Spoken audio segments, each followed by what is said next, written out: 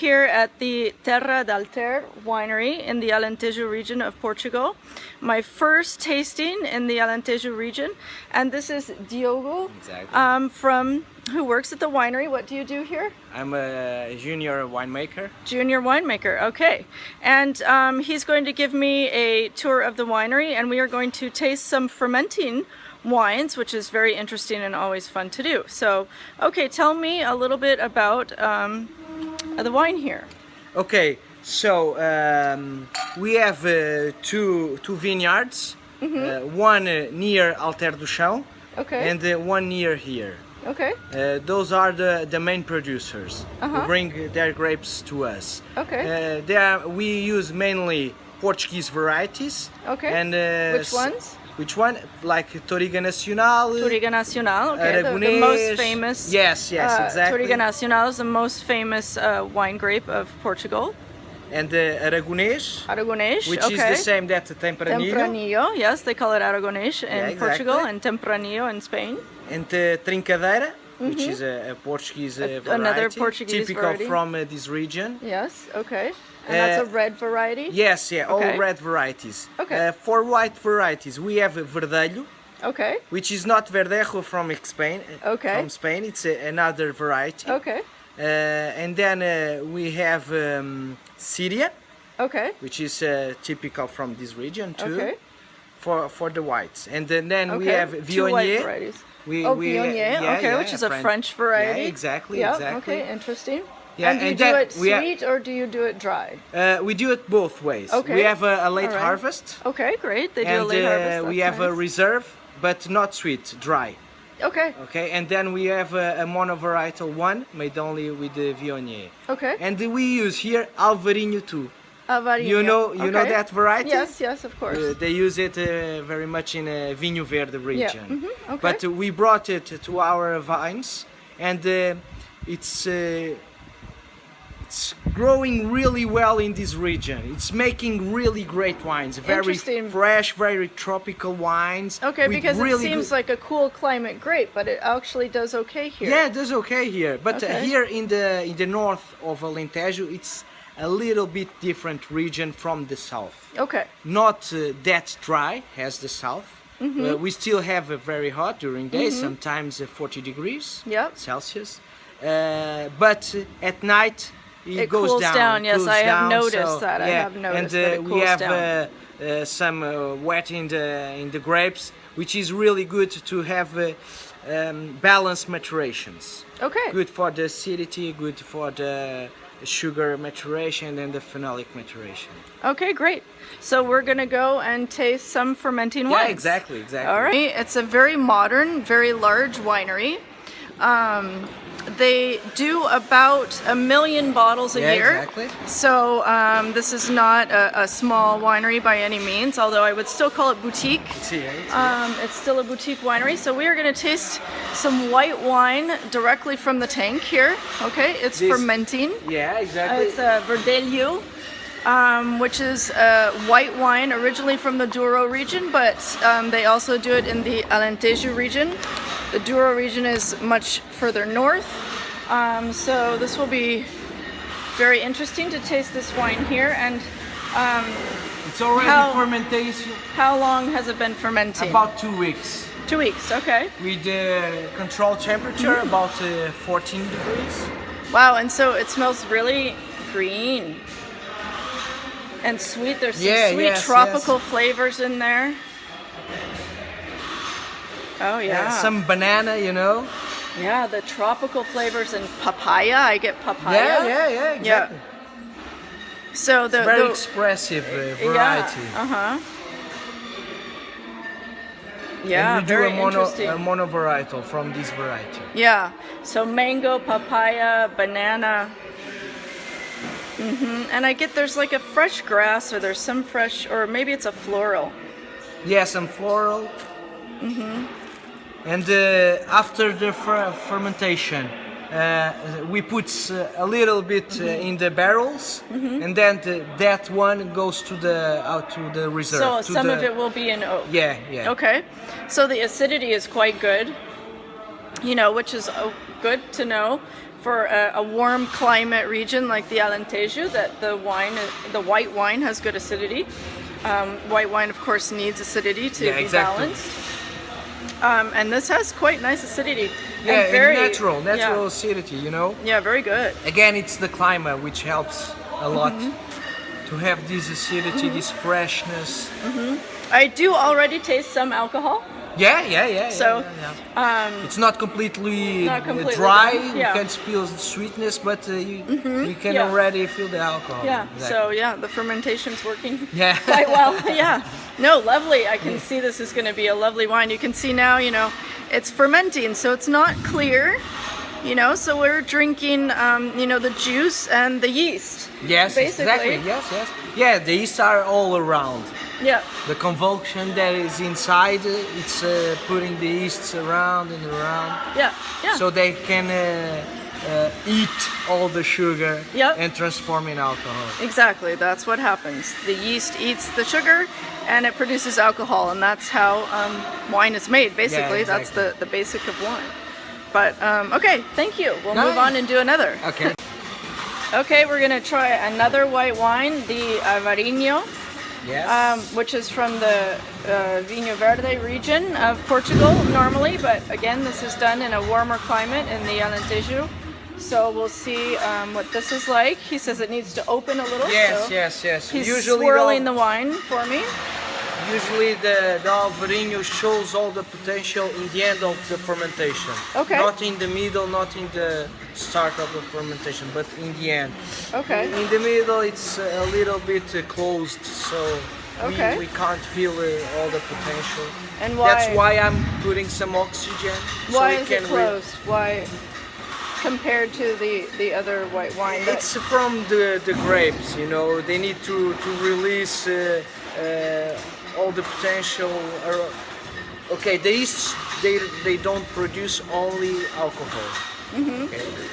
During fermentation they transform a lot of molecules that belong to the musts and transform in flavors.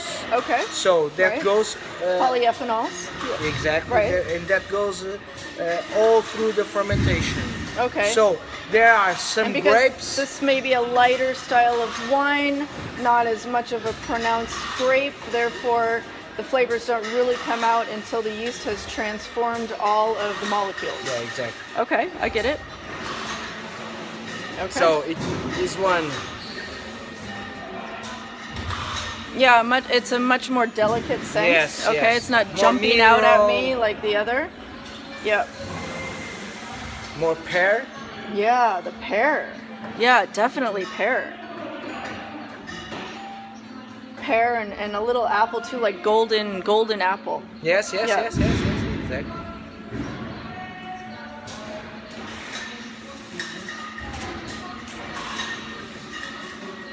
Much drier, so perhaps the fermentation is more advanced than the other. Further along the fermentation. I don't taste quite as much sugar.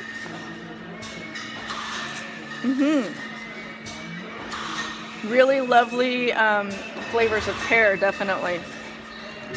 Nice. Yeah. Much drier. Yeah, This the fermentation has gone further. The first one to pick up. Okay. So this is the first grape harvested two and a this half. year. Yes. Yeah. Yes. 2.5 weeks here. Yeah. Yeah. No. Very interesting. Very different than the other. Yes. Completely. Yeah. Completely. Okay. Thank you.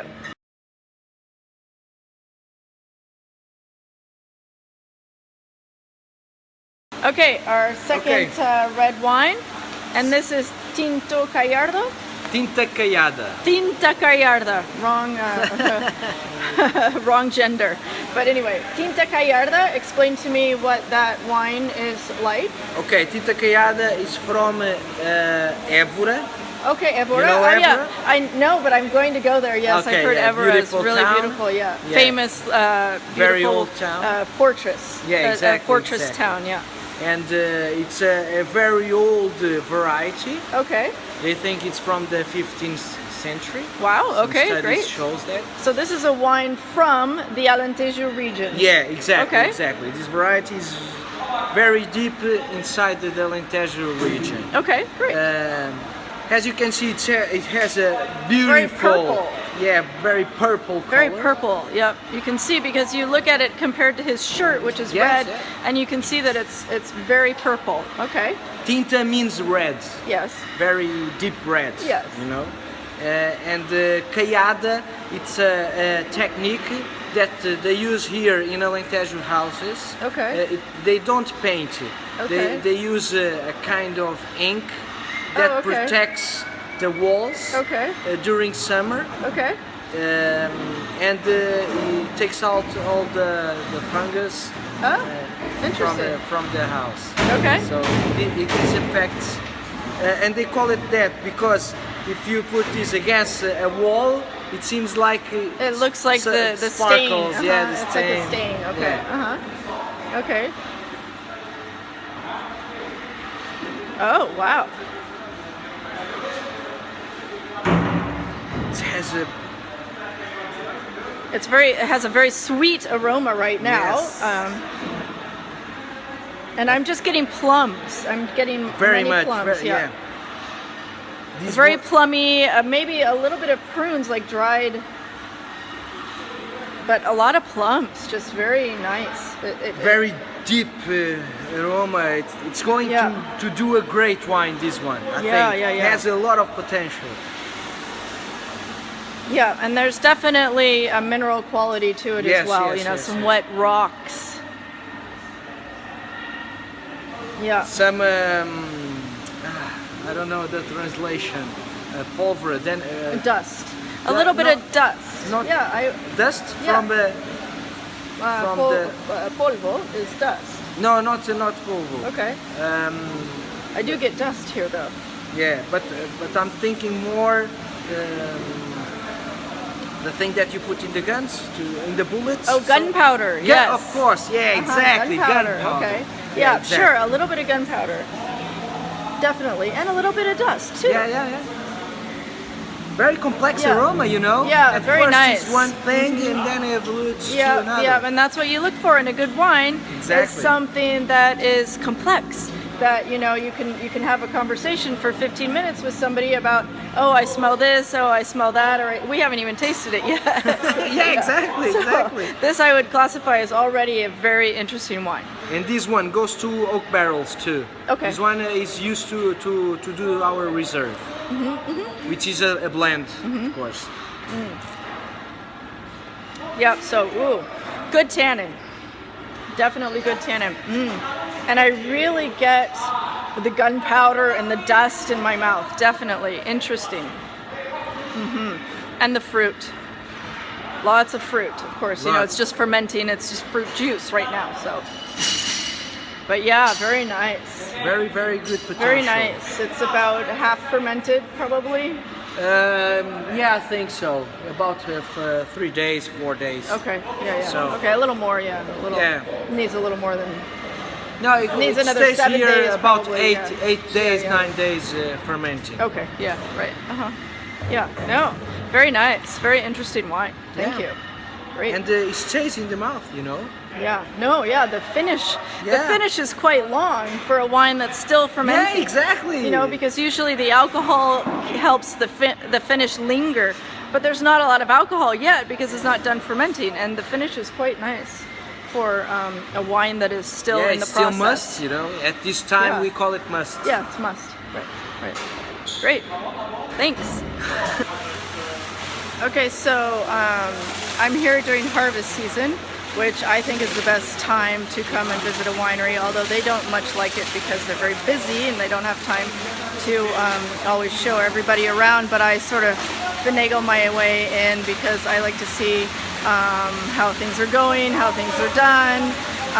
You know, I find it all really interesting, you know, when there's a lot of activity in the winery. It's the fun time of year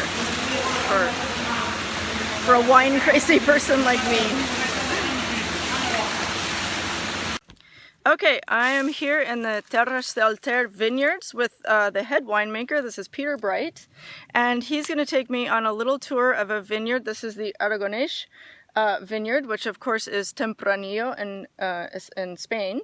and it looks almost just about ready to harvest. It's about perfect, yes. Yeah, okay. And so he was telling me about the importance of keeping the native plants around the vineyard. And they have fennel growing. And why is fennel important? Well, we grow fennel here because we know there's a parasitic wasp that grows in it that helps, you know, control the bugs in the vineyards. But also, it's just having all sorts of other wild trees here, cork trees and holm oaks, all creates a natural environment that gives a natural equilibrium to the vineyards, because we know if you have big vineyards with nothing wild around them, then they just tend to get a lot of diseases. So it's about getting nature in there to balance things. Right, okay. Yeah, so you don't need to plant grass and have these manicured center aisles in a vineyard. You actually want it to be kind of wild and natural. Very much so. Yeah. So we've got a lot of natural aromatic herbs here. You touch them, you can smell them, and yeah, and that's fennel also? Yeah, it's a different one actually. Okay. Yeah, that's a different, yeah, it smells so good. Yeah. So there's all the stuff's here, and we think this is all very important for the balance of the vineyard. Yeah, that's a great philosophy. Okay. Where are we now? We're in the Antas vineyard. Anta is the Portuguese word for dolmen, which is an ancient prehistoric monument. If you look over there in the distance, you can actually see it. Oh. That sort of granite pile in those trees. Okay. It's a collapsed dolmen. Okay, which great. Is, about 5,000 years old, and had three upstanding stones and one on top. So it was a really prehistoric burial site. Burial site, okay. But even more interesting is here in this vineyard, we have here a Roman necropolis, Roman cemetery. Oh wow, a Roman cemetery. It's an archaeological site here. Wow, that's pretty special. And all through the vineyard you'll see pieces of that Roman terracotta roof tiles. Okay, that's pretty cool. And this vineyard is located only about less than half a kilometre away from what was the main Roman road between Merida, the Roman capital of Spain, and Lisbon. So there would have been here a small Roman village or a large farm, which probably supplied the people on that road with wine, olive oil, and bread from cereals. So a very interesting site for a vineyard. So there's probably a lot of history. Yeah, wine's been grown here since 2,000 years probably. Wow. And this is all along a granitic ridge. It's all granite here, degraded granite. Okay. You see pure schist over here. Schist? Quartz, sorry. Quartz. Okay, I see that. Yeah, so very shallow soils, very well drained, and we get very good, it has a big influence on the quality of the grapes we get from this vineyard. Okay, and how does it influence them? Well, we talked about the word minerality, be a lot of minerality out of the vines here. Okay. A lot of natural saltiness, which we think, that from the same variety in this area is different. I mean, it makes a big difference here. Yeah, okay. We get a lot of, in the reds we get a lot of mocha characters, which is mocha. coffee, chocolatey characters. Right. Which we think somehow an indirect influence of the soil here. Yeah. Okay. So mostly we've got, there's a mixture of red and white here. Across the road there we've got a vineyard with Viognier in. Viognier, okay, great. Viognier. Yeah, I did taste that yesterday, yeah. We've got Alvarinho and Syria, they're white varieties. And then we have here the more classic Aragonese. The Aragonese, yeah, okay. Trigger National. A little bit of Alentejo Pichet and a bit of Syrah here. Okay. But they're the main varieties here. Great. Okay, we're gonna keep on our tour. Yeah, so here we are back at the winery, and we're just looking at the barrels. And Peter likes to use American oak for a lot of the wines instead of French oak, and explain to me why. Well, it's very simple. First of all, it's cheaper. Okay. Secondly, we get a different flavour profile from it. This is 4-year air-dried American oak. Medium toast, slightly smoky effect. And I smelled in there, and it's really toasty. It's really nice. What's important with American oak is that you ferment in it. Yeah. And so that removes all that coconutty flavour. Okay. Right? Okay. Oh. Otherwise, it becomes very dominant, what's called whiskey lactones. Right. Okay. So that's why we use it, and it's just a lovely point of difference. I mean, some of the great wines of the world, Grange Hermitage is made, the Grange from Australia is made with American oak, 100%. Okay, and it's fermented in the barrel. Fermented in the barrel. And that's the important thing about American oak. For using American oak. Okay, great. It's a great oak Still an oak. Yeah, okay, great. Very interesting, thank you.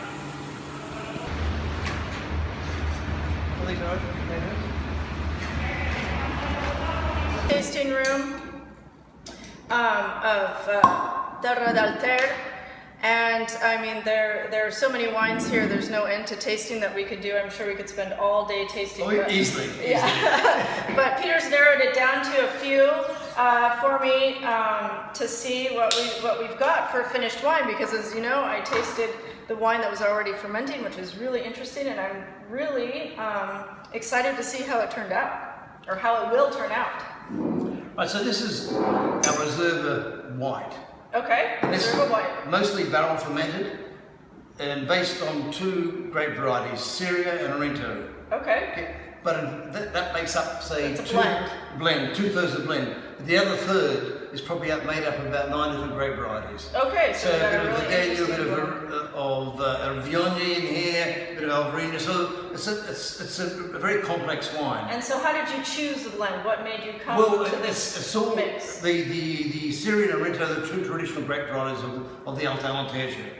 And then just to give more complexity, then we use some of the other minor varieties here, just to give it a little bit of a twist in the tail, so to say, and more complexity. So,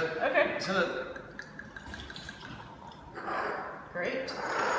Really super light color, so it's very light. A little bit of a green edge on it. Yeah. And this has had nearly 11 months in barrel. Yeah. Oh, 11 months in the barrel. Okay. 11 months in barrel, but about 2/3 of the blend. So a lot of it, there's a lot of individual barrels going into this, one variety. Right. So a lot of experimental wines going in here as well. Yeah. Okay. Great. Sometimes, experiments can be, But what's really drying it is the Syrian Alentejo. The Alentejo gives this, the acidity and the floral character, and the Syria, which is also called ropero. Yeah, I'm getting like a orange blossom. Yeah, orange blossom and stuff like that. The ropero is more stone fruits. Yeah, right. Peach, apricot, that sort of thing. Apricot. Yeah. Yeah, nice floral quality, definitely. Okay. I mean, this had very good, scores over the recent years, 90 points, I think like that. Nice acidity. And a lot of volume on the mouth. And definitely a minerality too. Yep. Little wet rocks or something super, super minerality, very fresh. The acidity is so nice. So a slight saltiness to it. Yeah. It comes from the granite soils and Yeah, definitely. But it's a lot, this 2014, so nice. 2 years on, and look at the colour. This is going to bottle age beautifully. No, it gets really fascinating in a couple of years' time. That really, okay, so whites that age are very special for me. Yep, that's great, lovely. Good finish, and a medium body. Yep. It's not too light. It's not, the alcohol's 13.5, it's not crazy alcohol. Yeah, okay, yeah. But it's got all that oomph going on there. Yeah, definitely. Very interesting. And that's what Portuguese white wine is about from this area of the Alentejo. Because although it's quite warm here during the day, we get very cool nights. Yes. And that really sort of keeps the acidity. Keeps the acidity in check. Right. Or keeps it high. Cool. Yeah. Great. Thank you. Love it. Okay. So now we get to taste the Aragonés. So I tasted it from the tank yesterday, and of course. Peter took me to the vineyard, which is a very interesting vineyard, beautiful, built near some old Roman roads and, in an old Roman cemetery with the terracotta tiles everywhere. And I tasted some of the grapes, they were wonderful. And he explained to me about the vegetation, the fennel that grows there and how to leave it natural and everything. So now I get to taste the actual wine. Well, so Aragonés is the name you use in Portugal for Tempranillo. In the northern part of Portugal, it's called Tinto Roriz. The same variety. And isn't it the most grown grape in Portugal? It now is. Okay. It would be, I would say, 20% 22, who knows exactly, of all red wine made in Portugal is a variety. And which is remarkable because before the phylloxera came to Portugal in the 1880s, it didn't exist here. It was an import that came from Spain after phylloxera. And only became a dominant variety here in Portugal 20 years ago, 15 years ago. It wasn't so dominant. But now it's very popular because of pretty obvious reasons. makes a lot of very reasonable quality red wine. Sometimes not outstanding. If you control the yields, you can make really interesting wine. But it's very popular with the people who are members of cooperative wineries, because they can grow lots of grapes and get lots of alcohol with it, and lots of colour. Yeah. So the aroma is amazing. So this is off low yielding Aragonese, probably 4 or 5 tons per hectare. Yeah. Okay. So you get a lot of concentration. Right, and it's a beautifully dark grape. You know, it's a nice kind of a purpley red color here. It's still very young, 2014. Yeah, and I mean, it has a very sweet aroma. So I'm getting a little bit of like fig here, or something like that. Bit of fig, bit of chocolatey smell. Chocolate, yeah, the mocha, yeah, like you said, that mocha. There's some dark fruits in there as well. Yeah, the blackberry and such. A little bit of tar, a little tarriness. Yeah, there's a little, yeah. Or maybe what soil, or the soil, there's a little bit of soil.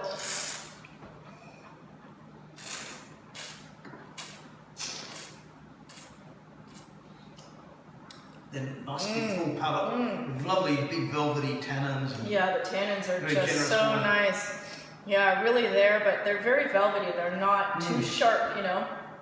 Like Touriga Nacional, sometimes the tannins are Pretty so aggressive. huge, you know, you're just like, you know, but this is, no, this is very nice, very soft. And I mean, I taste what I smelled, you know, I do taste that fig really comes through for me, that really nice. It's quite a rice. I think it's 14% alcohol. Oh, I can remember my glass. Yeah, 14.5. So it's a big wine. 14.5% alcohol. So it's a big it's wine. a big wine. Yeah, definitely. But you've got to pick this stuff right. You've got to give it a lot of, we call it hang time. Yeah. Not just looking at alcohol levels, looking Yeah, at it's quite young. the maturation of the fruit. Yeah. Only a couple years old here. So, and this is done in American oak? All in American oak. No new barrels, it's all 1, 2 use barrels, 3 use barrels. It's a little bit of oak, it's very subtle. Yeah. It's only about 6 months in barrel. Yeah, very Long well time. balanced. Just really nice. The acidity is super, you know, not too much, not too little, just a nice, perfect medium acidity that, just lovely. It's about barrel aging rather than new oak. It's about the effect of the barrel, internal surface area, the yeast and bacteria working on the wine, doing their thing and just bringing the wine on. You know, getting that softness there. Yeah, no, lovely wine. Yeah, thank you. Yeah, it's got balsamic characters in there as well. Yeah, balsamic, definitely. A bit of sort of tea cake, I call it. Tea cake. Yeah, right. Okay. I've never had a tea cake, but I can imagine. Very English thing. It is a really Australian thing. Yeah, but I do get like fig jam or fig compote, something like that, you know, just, you know, something that you would want to spread on cheese, you know, on the top of cheese. It would be, actually that cheese and that fig compote would go really well with this wine. Definitely a great wine for food. I mean, just super. Chunky, nice roast meats and things like that. Right. Yes, thank you.